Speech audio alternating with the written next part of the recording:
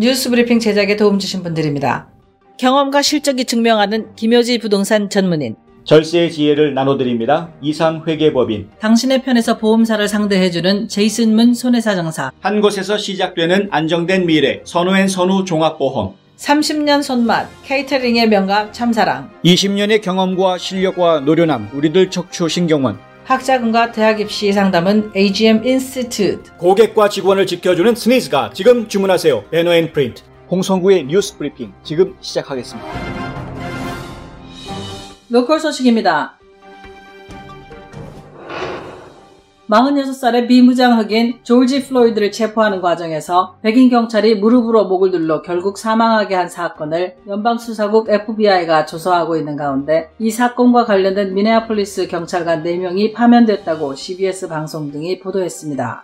사건은 25일 미네소타주 미네아폴리스에서 발생했는데요. 신고를 받고 출동한 경찰이 차 안에서 플로이드를 발견했는데 취한 듯이 보였고 차 밖으로 나온 플로이드가 폭력적으로 저항하자 경찰이 용의자를 수갑에 채웠는데 그 남자가 의료적 곤경에 처한 것을 알아차리고는 병원으로 후송했지만 사망했다는 것이 경찰 측 설명입니다. 하지만 당시 현장을 지나던 행인들이 셀폰으로 찍어 페이스북에 공유한 영상에는 백인 경찰이 자신의 무릎으로 흑인 남성의 목을 누르고 있고 흑인 남성이 일그러진 표정으로 숨을 쉴 수 없어요. 나를 죽이지 마세요라고 말했고 행인들도 경찰을 향해 남성이 숨질 수 있다며 목을 누르지 말라고 소리쳤지만 해당 경찰은 아랑곳하지 않았습니다. 오히려 그 옆에 있던 다른 경찰은 행인의 접근을 막은 채 동료의 가혹한 행위를 방치했습니다. 고통을 호소하던 남성은 이내 코피를 흘리며 미동도 하지 않았고 들것에 실려 구급차로 옮겨졌습니다. 이 영상을 본 수천 명의 시민이 어제 현장에 모여 항의 시위를 벌였는데요. 이에 제이커 프레이 미네아폴리스 시장은 경찰이 5분 동안 흑인 남성의 목을 눌러 숨지게 하는 끔찍한 사건이 일어났다며 흑인이라는 이유로 사형 선고를 받는 일이 일어나선 안 된다고 경찰을 비판했습니다.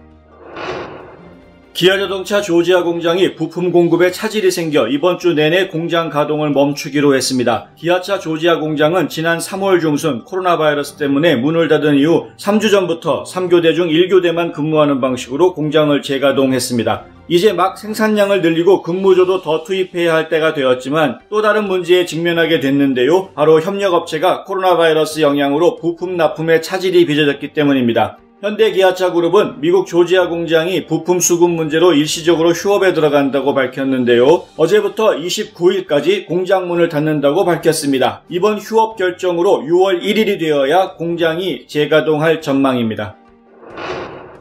민주평통이 미주 지역 초중고등학생을 대상으로 온라인 평화통일 문예 공모전을 개최합니다. 글짓기 부문과 그림 부문으로 나뉘어 실시되는 이번 공모전에는 2개의 주제가 제시됐는데요. 첫째는 한반도 평화통일, 둘째는 2032 남북공동올림픽 유치입니다. 이 중 하나를 선택해 레터지 5페이지의 분량의 글이나 그림 한 장을 응모하면 됩니다. 접수는 학생이 거주하는 지역의 평통협의회에서 하는데요. 미국 동남부 지역의 경우 애틀란타 협의회 대표 이메일로 접수하면 됩니다. 접수 마감은 7월 10일까지며 대상은 대통령상으로 200만 원의 상금이 주어집니다. 자세한 내용은 평통 웹사이트에서 확인할 수 있습니다.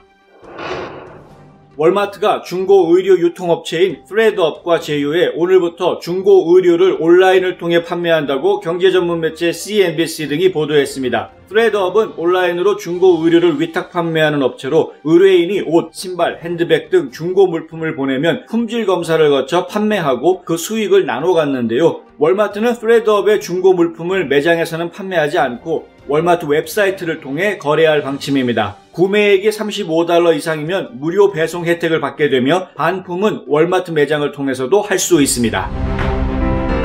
지구촌 소식입니다.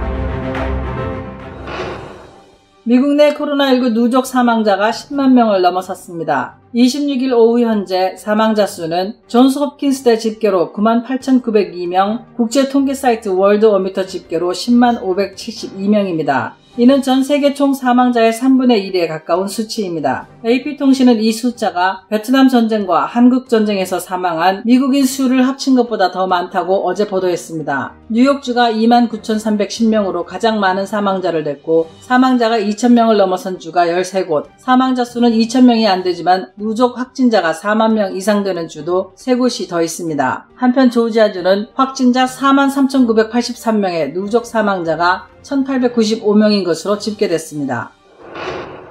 스페이스X가 첫 민간 유인 우주선 크루 드래곤을 오늘 오후 4시 33분 플로리다주 케이프 커네버럴에 있는 케네디 우주센터에서 발사합니다. 펠컨 9 로켓에 실어 발사되는 크루 드래곤은 2012년부터 국제우주정거장에 우주 화물을 운송해온 무인 캡슐 드래곤을 우주비행사가 탈 수 있도록 개량한 것인데요. 이번에는 더그 헐리와 로버트 뱅켄 등 2명이 탑승합니다. 우주왕복선이 발사 직후 공중 폭발한 이후 미국에서는 유인 우주선을 발사하지 않고 있는데요. 이 때문에 미국 우주인들은 주로 러시아에서 우주로 날아가야 했습니다. 데모2라고 불리는 이번 임무는 나사가 제공하는 space.com 홈페이지에서 생방송으로 시청할 수 있습니다. 크루 드래곤은 내일 오전 11시 39분에 국제우주정거장에 도킹할 예정인데요. 성공적으로 도착하면 나사는 12시 15분부터 현장 생중계를 다시 시작할 예정입니다.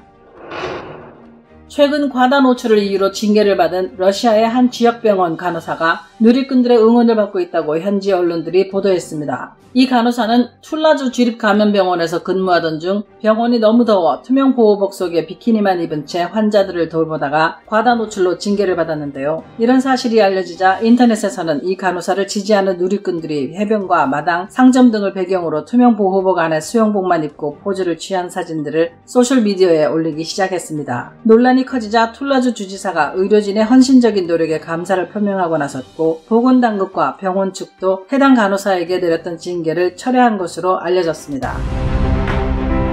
한국 소식입니다. 내달부터 음주나 뺑소니 교통사고를 내면 가세가 기울 만큼 심각한 경제적 타격을 입게 된다고 연합뉴스가 보도했습니다. 금융감독원이 내달 1일부터 시행한다고 밝힌 대정자동차보험 표준약관에는 음주운전과 뺑소니 교통사고에 대한 운전자 부담금을 대폭 늘리는 내용이 담겨 있는데요. 기존에는 사망사고를 내도 보험사가 대인 대물 보상금을 다 내기 때문에 운전자는 부담금 400만 원만 내면 책임을 면할 수 있었지만 앞으로는 음주 뺑소니 사망사고의 경우 대인 1억 원, 대물 5천만 원 등 최대 1억 5천만 원을 더 내야 합니다. 사망사고가 아니어도 운전자 부담금이 크게 늘어나는데요. 금감원은 음주 뺑소니 운전자의 사고 부담금을 늘릴 경우 보험사의 지급보험금이 연간 약 700억 원 줄어들어 보험료를 0.5% 낮출 수 있는 요인이 되는 것으로 분석했습니다.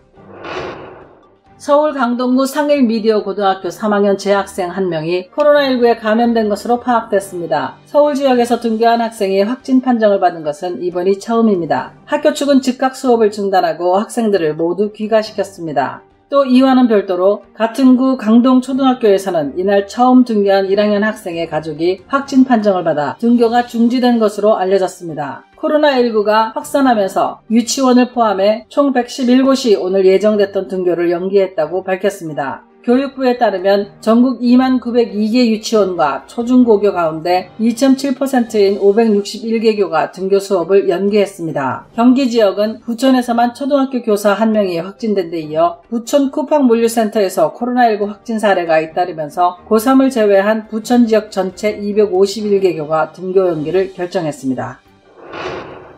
코로나19 사태로 경기가 위축되면서 상가 공실이 늘고 임대료도 떨어진 것으로 나타났습니다. 특히 코로나19 피해가 컸던 대구 경북 지역과 각국의 이동 제한 조치로 관광객이 급감한 서울의 폐업 상가가 눈에 띄게 증가했습니다. 27일 한국감정원이 발표한 1분기 상업용 부동산 임대 동향조사 결과에 따르면 전국의 상가 공실률은 중대형이 평균 11.7%, 소규모가 5.6%로 전분기 대비 각각 0.7%, 0.1%포인트 증가했습니다.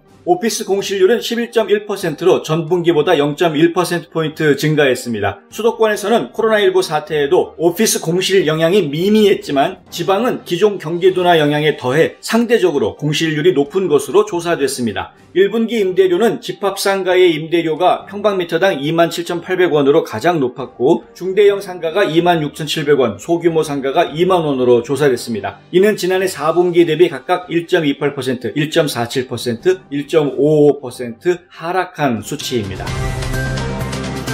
2020년 5월 27일 지금까지 뉴스 브리핑의 홍성구였습니다. 최은주였습니다. 시청해주셔서 감사합니다.